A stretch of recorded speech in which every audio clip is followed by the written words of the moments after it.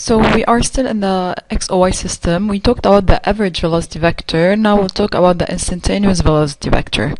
So the question is, the average is giving us a general information about the motion, but we need detailed information. So how to predict these the characteristics of the motion in this case?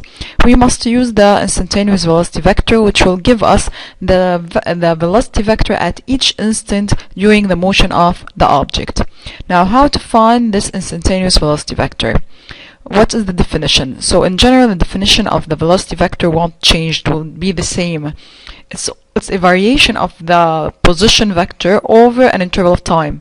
But the thing that we added is a very small interval of time. So we are taking now a very small interval of time. So we know that v vector is equal to the variation of the position vector over an interval of time, and this is what we say by displacement vector, delta r over delta t. So it's a big interval of time. Now, in order to talk about a small interval of time, what we have to do? So in this case, we must add a condition.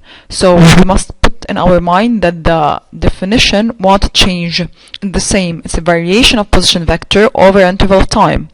But we only add a condition such that this condition is, this is what we say, limit when delta t tends to 0. So we want a very, very small. This means it's approximately equals 0.00, so it's approximately equals to 0.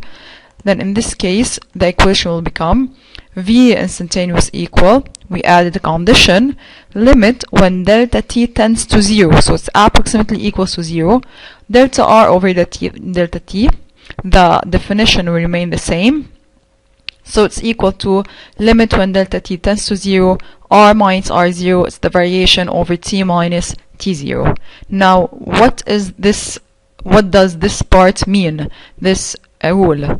So, in order to continue, we must now see this equation and compare it with the equation of derivative in math. So using this equation, we will have, in math, we have limit when x tends to x0, fx minus fx0 over x minus x0. This is the definition of the derivative in math. It's equals to derivative of f with respect to x, and its symbol is f prime of x. When we say limit when x tends to x0, it's the same as saying limit when delta x tends to 0. So by comparing this equation to this, we'll have, so this is fx, this is r, this is r0, this is fx0. Then in this case, what we will obtain? So we'll obtain v instantaneous. Now we'll put this part here. So v instantaneous equal limit when delta t tends to 0. We'll put it here and we'll compare it. By comparing, we notice that we must have as answer dr over dt. So it's the same equation, only the symbols are different. So instead of having df over dx, now the function in physics is r, is the position vector. Then we will have equal dr over dt, and this is what we call a very small interval of time. So it's an elementary variation. So this means the limit when delta t tends to 0 with the delta r gave us a very small interval of time and a very small variation of position, and this is what will give us in math r prime of t. This is what we call the derivative of r with respect to t. This means at the end we obtain that v instantaneous using the condition that delta t tends to 0 is given by r prime, derivative of r vector. So this is our conclusion, and since it's a vector, then it will be in terms of I and j. As characteristics, we'll have point of application is the considered point. If we have to find v1, then it's m1. The line of action is tangent to the trajectory. So always the vector v, the instantaneous vector v, is always tangent to the trajectory. It's not along delta r as the average, it's always tangent. Direction, it's along the motion, and the magnitude is v equal radical vx squared plus vy squared. So if you notice here in this animation, you will see that v vector is remaining tangent to the trajectory in the whole part. So this is what we call v instantaneous. Now, also here, you notice that when passing from v average which is delta r, big interval of time, into a very small interval of time, then v become tangent to the trajectory. So that's it. For a very small interval of time, v become tangent to the trajectory. Now,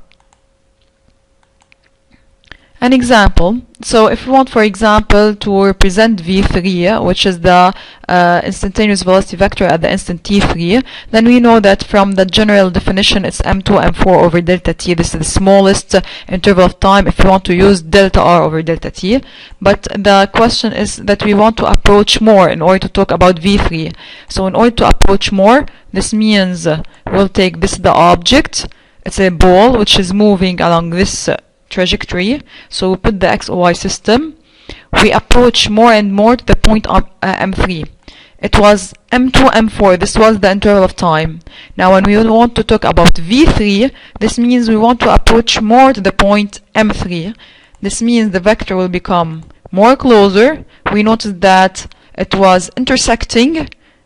V was along delta r intersecting. It become at the point m3 tangent to the trajectory. Then v3 at the instant is tangent to the trajectory. Continuing the application, we'll do a small summary revision. Then we said that the instantaneous velocity vector is given by r prime, since we are talking in a very small interval of time. Then v equal the derivative of the position vector.